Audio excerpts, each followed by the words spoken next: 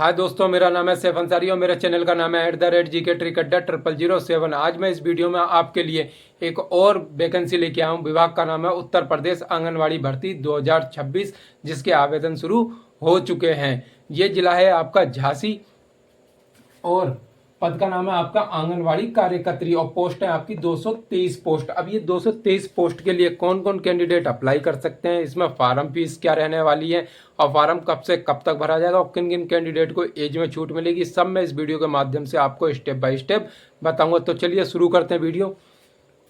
देखो, जैसे मैंने विभाग का नाम बताया था उत्तर प्रदेश आंगनवाड़ी भर्ती 2026, पद का नाम है आंगनवाड़ी कार्यकर्त्री और जिला है आपका झांसी और पोस्ट है आपकी टोटल 223 पदों पर वैकेंसी निकाली गई है आंगनवाड़ी कार्यकर्त्री के लिए, जिला झांसी। ठीक है, अब देखो सबसे पहले हम देखेंगे परियोजना का नाम और फिर देखेंगे पदों की संख्या। देखो सब नंबर 1 पे हमारा है परियोजना के नाम में, सबसे पहले नंबर 1 पे बबीना, इसमें है टोटल पोस्ट है आपकी 13। नंबर 2 पे है आपका बड़ा गांव, इसमें टोटल पोस्ट है आपकी 35। नंबर 3 पे बामोर, इसमें टोटल पोस्ट है आपकी 36। नंबर 4 पे है आपका बंगरा, इसमें है 17 पोस्ट। नंबर 5 पे आपका चिरगांव, इसमें है आपकी 25 पोस्ट। नंबर 6 पे है सूरसराय, इसमें है 12 पोस्ट। नंबर 7 पे है मऊ रानीपुर, इसमें है आपकी टोटल 28 पोस्ट। नंबर 8 पे बात कर लेते हैं मोंट, इसमें आपकी 30 पोस्ट। नंबर 9 पे झांसी शहर, इसमें आपके हैं 27 पोस्ट। जब आप इनको सबको टोटल करेंगे ना, ये टोटल पोस्ट हो जाएगी आपकी 223 पद। ठीक है, तो मैंने अभी आपको, अब देखो दोस्तों, मैंने आपको इसमें पोस्ट के बारे में बता दिया। अब इसमें हम क्वालिफिकेशन, एज, फार्म फीस और कौन से जिला की वैकेंसी है और अंतिम तिथि क्या है, अब हम बात करेंगे। ठीक है, देखो अब इसमें योग्यता की बात कर ले, कम से कम 12वीं पास आउट होना चाहिए। देखो चाहे आपने आंगनवाड़ी सहायिका के लिए अप्लाई करें, चाहे आप आंगनवाड़ी कार्यकर्त्री के लिए अप्लाई करें, तो आपको कम से कम क्वालिफिकेशन 12वीं होगी, तभी आप फार्म भर पाएंगे। इससे ऊपर स्नातक, परास्नातक है तो आप इस भर्ती में वो भी लगा सकते हैं, लेकिन कम से कम 12वीं होंगे तभी आप इस भर्ती के लिए एलिजिबल होंगे। ठीक है, अब देखो एज की बात बता दूं, 18 से 35 वर्ष तक। अब देखो ये एज कहां से काउंट होगी वो मैं अभी वीडियो के आगे बताऊंगा। ठीक है, अब देखो इसमें फीस क्या है, ये एकदम निःशुल्क है, फ्री ऑफ कॉस्ट है। अब देखो इसमें ध्यान से सुनना कौन कौन से इंपोर्टेंट डॉक्यूमेंट्स होंगे, तभी आप इस भर्ती के लिए एलिजिबल माने जाओगे। देखो, उम्मीदवार को उक्त ग्राम, वार्ड, न्याय पंचायत का निवासी होना चाहिए जहां से वह आवेदन करेंगे। अब देखो, विज्ञापित पदों हेतु महिला अभ्यर्थी ही पात्र होंगे। कहने का मतलब यह है कि इस भर्ती के लिए सिर्फ महिला ही एलिजिबल है, पुरुषों के लिए ये वैकेंसी नहीं है। अब देखो और सुनो, विधवा अभ्यर्थी हेतु ग्राम पंचायत अधिकारी संबंधित नगर निकाय द्वारा निर्गत उसके पति की मृत्यु प्रमाण पत्र एवं परिवार पंजिका की प्रमाणित नकल मान्य होगी। इनका कहने का मतलब यह है आप विधवा श्रेणी में तभी माने जाएंगे जब आप फार्म में दर्शाएंगे और डॉक्यूमेंट्स वेरिफिकेशन के टाइम वो आपको डॉक्यूमेंट्स आपको वहां पर दिखाना पड़ेगा।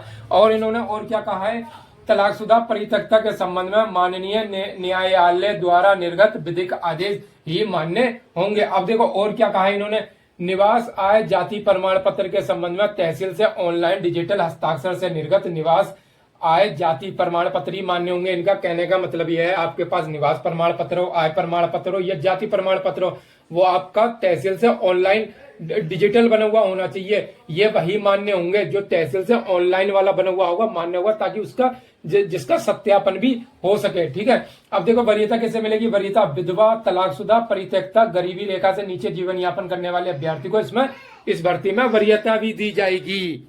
अब इसमें मैंने आपको पोस्ट के बारे में बता दिया, कितनी कितनी पोस्टें कहाँ कहाँ पर हैं, और मैंने इसमें यह भी बता दिया कौन कौन से मोस्ट डॉक्यूमेंट्स, इंपोर्टेंट डॉक्यूमेंट्स होंगे तभी आप फार्म भर पाएंगे। ठीक है, अब हम इसमें बात कर लेते हैं सिलेक्शन की, मतलब इसमें सिलेक्शन कैसे होगा। देखो सबसे पहले 10वीं की मार्कशीट, 10वीं की मार्कशीट से आपकी होगी एज काउंट। एज काउंट मतलब आपकी एज जोड़ी जाएगी, आपकी उम्र जिसे कहते हैं। ठीक है, आपकी एज जोड़ी जाएगी, कम से कम 18 और अधिकतम आपकी 35 वर्ष, 35 वर्ष से आपकी ऊपर ना हो। अब देखो 12वीं की मार्कशीट से क्या होगा, इसके नंबरों के आधार पर, 12वीं के नंबरों के आधार पर आपकी मेरिट बनाई जाएगी। ठीक है, इसमें एग्जाम, अब देखो इसमें एग्जाम आपका कैसा भी नहीं होगा, आपकी जो 12वीं में अंक है ना उसके आधार पे आपकी मेरिट बनाई जाएगी। इसमें नंबर 3 पे है आपका डॉक्यूमेंट्स वेरिफिकेशन। देखो डॉक्यूमेंट्स वेरिफिकेशन में क्या होगा ना, जब आपका इसमें मेरिट में नंबर आ जाएगा, ठीक है, नाम आ गया, नाम आने के बाद फिर होगा आपका डॉक्यूमेंट्स वेरिफिकेशन। डॉक्यूमेंट्स वेरिफिकेशन में आपके सारे डॉक्यूमेंट्स वहां पर देखे जाएंगे, जैसे आपके 10वीं और 12वीं के डॉक्यूमेंट्स हो गए, ये देखे जाएंगे। और अगर आपने जैसे कास्ट सर्टिफिकेट लगा रखा है, जैसे ओबीसी हैं, एससी हैं, ठीक है, तो वो भी आपका देखा जाएगा।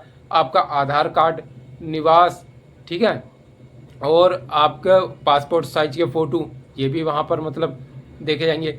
और उसके बाद जब आप डॉक्यूमेंट्स वेरिफिकेशन प्रक्रिया पूरी कर लेंगे, फिर आपका फाइनली सिलेक्शन हो जाएगा। लेकिन एक चीज़ मैं आपको बता देता हूँ, बहुत मोस्ट इम्पोर्टेंट, जब आप फार्म फिल करेंगे ना, तो बड़ा सावधानी पूर्वक करें। कोई भी गलत इन्फॉर्मेशन देने की कोशिश ना करें, ना कोई अपलोड करें कोई गलत इन्फॉर्मेशन, क्योंकि डॉक्यूमेंट्स वेरिफिकेशन के टाइम आपने जो फार्म में अपलोड करा होगा ना, वो आपको वहाँ डॉक्यूमेंट्स वेरिफिकेशन के टाइम आपको वहाँ दिखाने पड़ेंगे। अब पता लगा आपने कोई गलत इन्फॉर्मेशन दे दी, अपलोड कर दी, और उसके बाद डॉक्यूमेंट्स वेरिफिकेशन के टाइम आपके पास वो सर्टिफिकेट है नहीं जो आपने अपलोड करा है, ठीक है। तो इसलिए बड़े सावधानी पूर्वक फार्म भरें, जो चीज़ है बिल्कुल वैसे ही लिखें, कोई भी मतलब परिवर्तन करने की कोशिश ना करें, ठीक है।